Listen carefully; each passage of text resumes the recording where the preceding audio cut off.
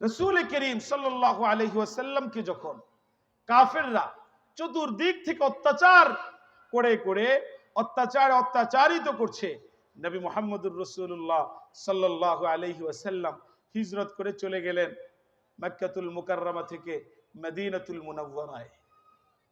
আজও পর্যন্ত সাক্ষী, গভীরভাবে যারা উপলব্ধি করে তারা বুঝে মক্কার মানুষ এখনো পর্যন্ত কিছুটা রূঢ় স্বভাবের, মদিনাতুল মুনাওয়ারার অধিবাসী যারা, মদিনার মানুষ যারা কিছুটা নরম এবং কোমল স্বভাবের। সুবহানাল্লাহ বললেন না? সরকারে কায়নাত মুহাম্মদুর রাসূলুল্লাহ সাল্লাল্লাহু আলাইহি ওয়াসাল্লাম চলে যাবেন মক্কা থেকে মদিনায়। বর্তমান এত উন্নতির শিখরে পৌঁছেছে গোটা বিশ্ব। রাস্তাগুলো 100-120-এ গাড়ি চলে, 80-90-তে গাড়ি চলে। বাংলাদেশের গাড়ি না, সৌদি আরবের গাড়ি। আমি বলি বিমানের চেয়ে ওই দেশের বাসে চলা আরো বেশি আরামদায়ক। গাড়ি এত স্পিডে চলার পরেও মক্কা থেকে মদিনায় যেতে সময় লাগে প্রায় 5 ঘন্টারও উপর। সেই সময় কি এত সুন্দর রাস্তা ছিল? সেই সময় রাস্তা ছিল না, কিন্তু মালিকের হুকুম হিজরত করে চলে যেতে হবে। এখন কোথায়? মদিনায়। হিজরতের হুকুম যখন এলো, আবু বকরকে ইশারা করে দিলেন, আবু বকর প্রস্তুত থেকো। সরকারে কায়নাত মুহাম্মদুর রাসূলুল্লাহ সাল্লাল্লাহু আলাইহি ওয়াসাল্লামের ইশারা পাওয়ার পর আবু বকর সিদ্দিক রাদিয়াল্লাহু তাআলা আনহু এতটা প্রস্তুত হয়ে রইলেন।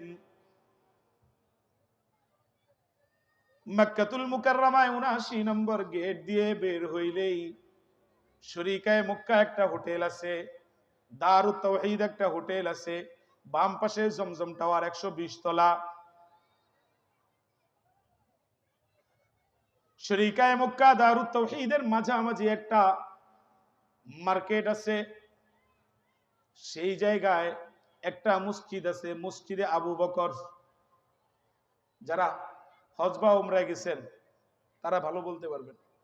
মসজিদে আবু বকর, মসজিদে আবু বকর নামে যে মসজিদটা 3 তলায় আছে, নিচতলায় মার্কেট, উপরেও মার্কেট। এই জায়গায় হযরত আবু বকর সিদ্দিকের বাড়ি ছিল।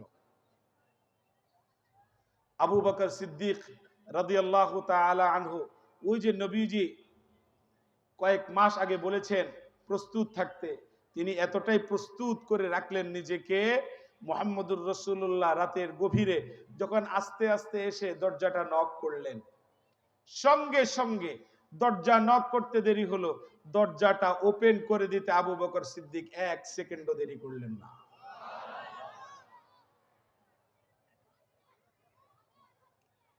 নবীজি বললেন, আবু বকর আপনি কি ঘুমান নাই? বললেন, আপনি হিজরতের ইশারা দিয়েছেন আমাকে, আপনাকে কষ্টে ফেলে আমি আবু বকর বিছানায় পিঠ লাগায় আরাম করে ঘুমাবো, এটা আবু বকর সিদ্দিকের মাকাম আর মর্যাদা হতে পারে না। হিজরত করতে শুরু করে দিলেন। মরু অঞ্চল।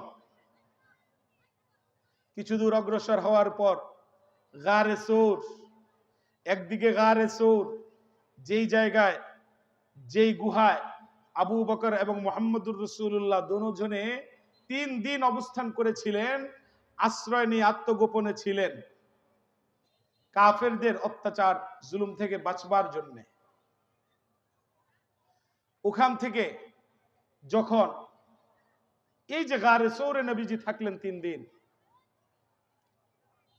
হযরতে ওমর একদিন বললেন, আবু বকর আপনি 3 দিন রাসূলের সঙ্গে গারে সৌরে যে থাকলেন, ওই 3 দিনের সওয়াব আপনি আমাকে দিয়ে দেন, আমি ওমরের গোটা জিন্দেগীর সমস্ত সওয়াব সবটুকুন আপনাকে দিয়ে দিতে চাই।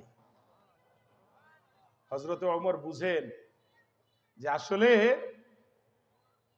আমি ওমরের জিন্দেগীর সমস্ত আমল ইবাদত বন্দেগীর চাইতে রাসূলুল্লাহর সঙ্গে আবু বকর যে সাহাবিয়ত এবং সুহবতের মাকাম আর মর্যাদা লাভ করেছেন গারে সৌরে সেই 3 দিনে, সেই 3 দিনের মর্যাদা আমার গোটা জিন্দেগীর চেয়ে বেশি। আবু বকর সিদ্দিক তিনি যে সাহাবী এটা কোরআন দ্বারা প্রমাণিত। আবু বকর সিদ্দিক ভয় পাচ্ছিলেন। নবীজি বললেন, লা তাখাফ, ভয়ের কোনো কারণ নাই, ইন্নাল্লাহা মাআনা, আবু বকর ভয় পাবেন না, আমাদের সঙ্গে কে আছেন? জোরে বলেন। যে আল্লাহর মিশন বাস্তবায়ন করবার জন্য আল্লাহর রসুল এবং আবু বকরের এই চরম নির্যাতনের সম্মুখীন হতে হয়েছে, সেই আল্লাহ মুহাম্মদুর রাসূলুল্লাহকে কি বেইজ্জত করবেন? জোরে বলেন। আল্লাহ সঙ্গে আছেন না নাই? সেই সময় বিপদ মুহূর্তে দারাজ কণ্ঠে নবী মুহাম্মদুর রাসূলুল্লাহ আবু বকর সিদ্দিককে অভয় বাণী দিয়া বললেন, আবু বকর ভয়ের কোনো কারণ নাই, আমাদের সঙ্গে কে আছেন?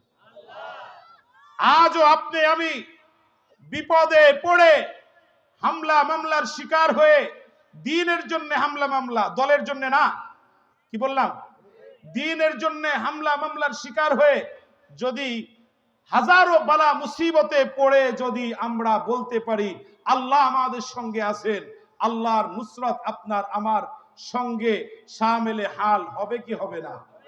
জোরে বলেন। আল্লাহর গায়বী নুসরত সাহায্য আসবে কি আসবে না?